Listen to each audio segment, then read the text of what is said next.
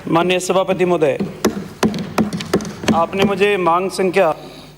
16 police और भ्रष्टाचार निरोधक ब्यूरो पे विचार रखने की अनुमति दी, उसका मैं आपका आभारी हूँ। और सभापति महोदय, सिरोही से आने वाले माननीय सदस्य ने एसीबी की तारीफ की, तो एसीबी की तो मैं भी तारीफ करता हूँ कि एसीबी ने बहुत बेहतरीन काम किए और उन कामों की वजह से राजस्थान के अंदर भ्रष्टाचार करने वाले लोगों की मंशा के ऊपर पानी फिरता हुआ भी नजर आया। लेकिन सभापति महोदय, दूसरी अभी विधानसभा में मैंने सरकार से पूछा कि 2015 के बाद में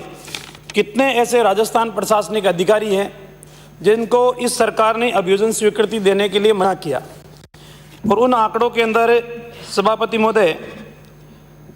9/10/2020 को राजस्थान के एक प्रशासनिक अधिकारी की अभियोजन स्वीकृति देने से सरकार ने मना किया। 7/9/2020 को एक राजस्थान के प्रशासनिक सेवा के अधिकारी को अभियोजन स्वीकृति देने से सरकार ने मना किया। 20/9/2019 को भी एक प्रशासनिक अधिकारी को अभियोजन स्वीकृति देने के लिए मना किया। 18/6/2019 को भी सरकार ने एक राजस्थान प्रशासनिक सेवा के अधिकारी को अभियोजन स्वीकृति देने के लिए मना किया। तो सिरोही से आने वाले मान्य सदस्य चीख के ये कह रहे थे, और उन्होंने 15 से लेकर 18 तक तो बोला, लेकिन उन्होंने 18 के बाद में 19 और 20 का जिक्र क्यों नहीं किया? सिर्फ सदन में सनसनी पैदा करना उनका मकसद था। और सभापति महोदय, दूसरी बात मैं कहना चाहूँगा कि सरकार कैसा काम कर रही है इसका प्रमाण पत्र हमें देने की आवश्यकता नहीं है। इसका प्रमाण पत्र तो सांगों से आने वाले मान्य सदस्य ने कई बार मुख्यमंत्री जी को पत्र लिखे कि कोटा के अंदर भ्रष्टाचार की गंगा बह रही है, इस गंगा को कब रोकने का आप काम करोगे। तो सरकार का प्रमाण पत्र तो सत्ता पक्ष के विधायक दे रहे, हमें देने की आवश्यकता नहीं है। और सभापति महोदय, जिस बात का मैं जिक्र करना चाहता हूँ, कई पुलिस महकमों के अंदर, परिवहन विभाग के अंदर भी एसीबी ने रेड डाली, परिवहन विभाग के अंदर भी भ्रष्टाचार के कुछ अधिकारियों को और कुछ कर्मचारियों को जेल की सलाखों के पीछे भेजने का काम किया। लेकिन सभापति महोदय, मेरा दावा है आज भी राजस्थान के अंदर परिवहन विभाग के अंदर इतना भ्रष्टाचार है जिसकी कोई सीमा नहीं है। सड़कों के ऊपर खड़े हुए इनके इंस्पेक्टर, इनके डीटीओ, इनके आरटीओ, एक भी गाड़ी ऐसी नहीं है जिस गाड़ी का बिना सेवा शुल्क दिए हुए वो एक टोल से दूसरे टोल की ओर क्रॉस कर जाए। और सभापति महोदय, मेरा यह भी दावा है कि राजस्थान के अंदर इन अधिकारियों की इतनी हिम्मत नहीं हो सकती कि बिना सेवा शुल्क ऊपर दिए हुए इनकी इतनी हिम्मत हो जाए। और हिम्मत की दाद तो मैं इस बात की भी देता हूं कि परिवहन विभाग के अंदर किस तरीके से गाड़ियों की लिस्टेड होती है। ट्रांसपोर्ट जो यूनियन है उनकी गाड़ियों की लिस्टेड होके ये इस ट्रांसपोर्ट की गाड़ी है, इनको कोई चेक नहीं करेगा ये कितने ओवरलोड से चले, इनके पास परमिट है या नहीं है, इनके पास रजिस्ट्रेशन है या नहीं है, उनको कोई चेक करने के अधिकारियों की हिम्मत नहीं है। और सभापति महोदय, आपके माध्यम से मैं निवेदन करना चाहूँगा कि पुलिस महकमे के अंदर जिस तरीके से पुलिस के अधिकारी और कर्मचारी काम कर रहे हैं, आज भी राजस्थान के अंदर इस बात की आवश्यकता है कि कोरोना के दौरान सबसे बेहतरीन अगर कोई काम किया तो वो पुलिस महकमे ने किया। अपनी जान को जोखिम में डाल के पुलिस के अधिकारी कर्मचारियों ने, जब जनता के मन और मस्तिष्क के अंदर डर बैठा हुआ था, तो वो उनके डर को निकालने का काम कर रहे थे। और इसकी बुरी बुरी प्रशंसा सभी लोग करते हैं, इसमें कोई अतिशयोक्ति नहीं है। उन पुलिस की जो भूमिका या पुलिस की जो पहचान थी उसके अंदर भी सुधार हुआ है और लोगों के मन के अंदर पुलिस के प्रति एक अच्छी छवि बनी है। लेकिन साथ ही मैं निवेदन करना चाहूँगा कि पुलिस से हम रिजल्ट की अपेक्षा तो करते हैं, लेकिन क्या सभापति महोदय, सरकार पुलिस महकमे को जितनी सुविधाएं उनके पास होनी चाहिए, क्या उतनी सुविधाएं हम उपलब्ध कराने का काम कर रहे हैं? आज भी राजस्थान के अंदर जितने पुलिस थानों के अंदर नफरी होनी चाहिए, क्या हम उतनी नफरी उपलब्ध कराने का काम कर रहे हैं? क्या राजस्थान के अंदर आज भी क्या इन्वेस्टिगेशन का पार्ट और कानून व्यवस्था का पार्ट, ये दोनों पार्ट को हम अलग अलग नहीं कर सकते? जो पुलिस की इन्वेस्टिगेशन का काम करते हैं, थोड़ी देर बाद में देखते हैं कि इन्वेस्टिगेशन की फाइल को छोड़कर डंडा हाथ में लेकर कानून व्यवस्था बनाए रखने के लिए उनको जाना पड़ता है। आज राजस्थान के अंदर आवश्यकता है, इस 21वीं सदी के अंदर पुलिस के अंदर दोनों पार्टों को अलग अलग करने की आवश्यकता है। इन्वेस्टिगेशन का पार्ट अलग रहे, समय के ऊपर अपराधियों को सजा मिले, जो मुस्तकिल से जिसने एफआईआर दर्ज कराई है उसको समय पे न्याय मिले। और जब तक इस इन्वेस्टिगेशन के पार्ट को जब अलग नहीं करेंगे तब तक इस समय के ऊपर न्याय मिलना मुश्किल है। और सभापति महोदय, दूसरा निवेदन मैं करना चाहूँगा, आज जिस तरीके से अपराध की संख्या बढ़ रही है, पहले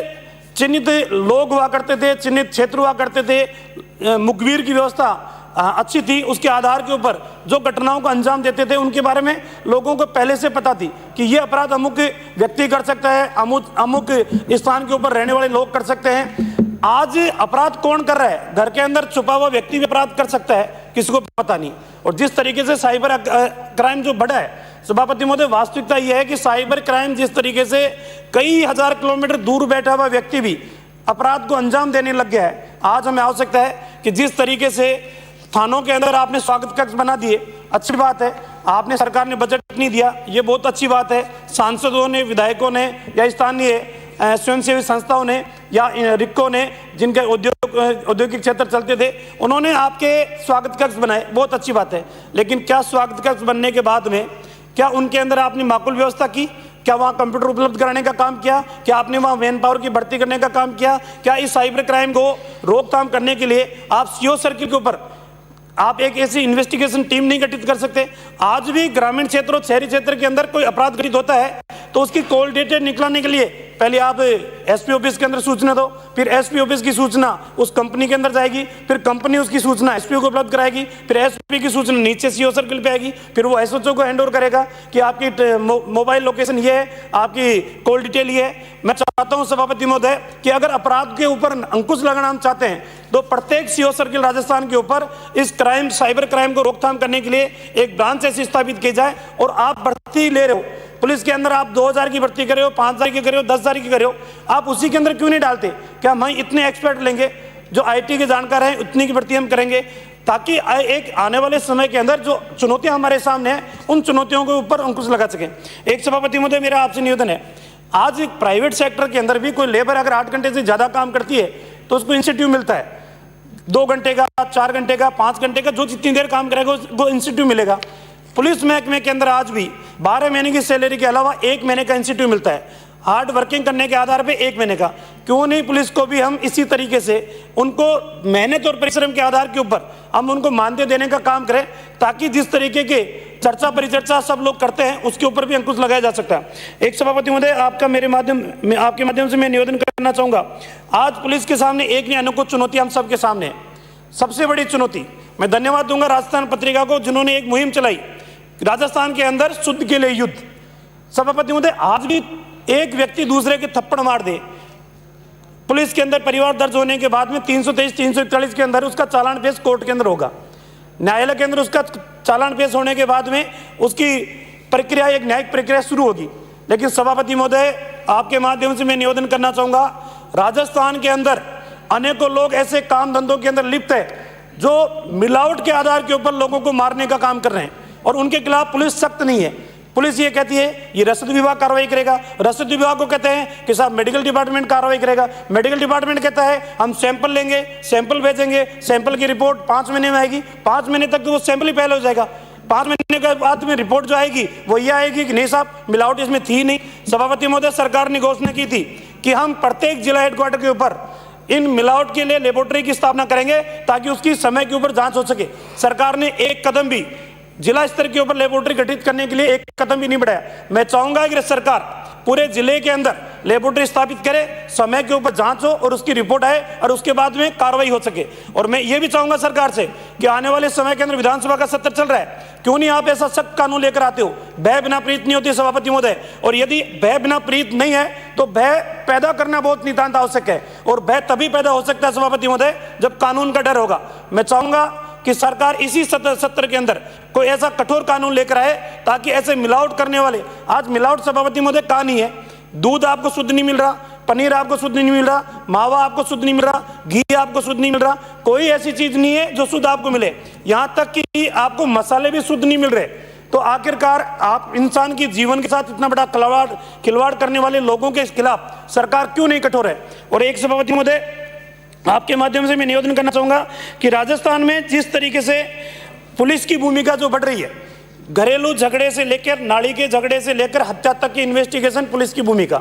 पति पत्नी के झगड़ा हो जाए उसके अंदर भी पुलिस की भूमिका, सड़क के ऊपर गड्ढा हो जाए, दुर्घटना घटित हो गई, लोग वहां पर भी पुलिस की अपेक्षा करते हैं कि पुलिस वाले आके हमें आश्वासन देके जाए कि गड्ढा कितने दिन में ठीक होगा। जब इतनी बड़ी पुलिस की भूमिका है तो इस भूमिका को सकारात्मक रूप से किस तरीके से हम लोगों को रिलीफ देने के लिए काम में ले सकते हैं। और आवश्यकता आज इस बात की है कि पुलिस का जो वर्कलोड बढ़ रहा है उस वर्कलोड को देखते हुए, क्योंकि पहले की परिस्थिति ये थी कि गांव में अगर कोई कहा सुनी होती थी, झगड़ा होता था, 5 पटेल बैठ के उसको विवाद को निपटाने का काम करते थे, लेकिन आज वो परिस्थितियां नहीं है सभापति महोदय। इसलिए मैं चाहूंगा कि राजस्थान के अंदर पुलिस की जो वैकेंसी है, चाहे वो कांस्टेबल से लेकर शीर्ष पदों तक, वो सारी की सारी भर्ती करने का काम सरकार करे। और सभापति महोदय,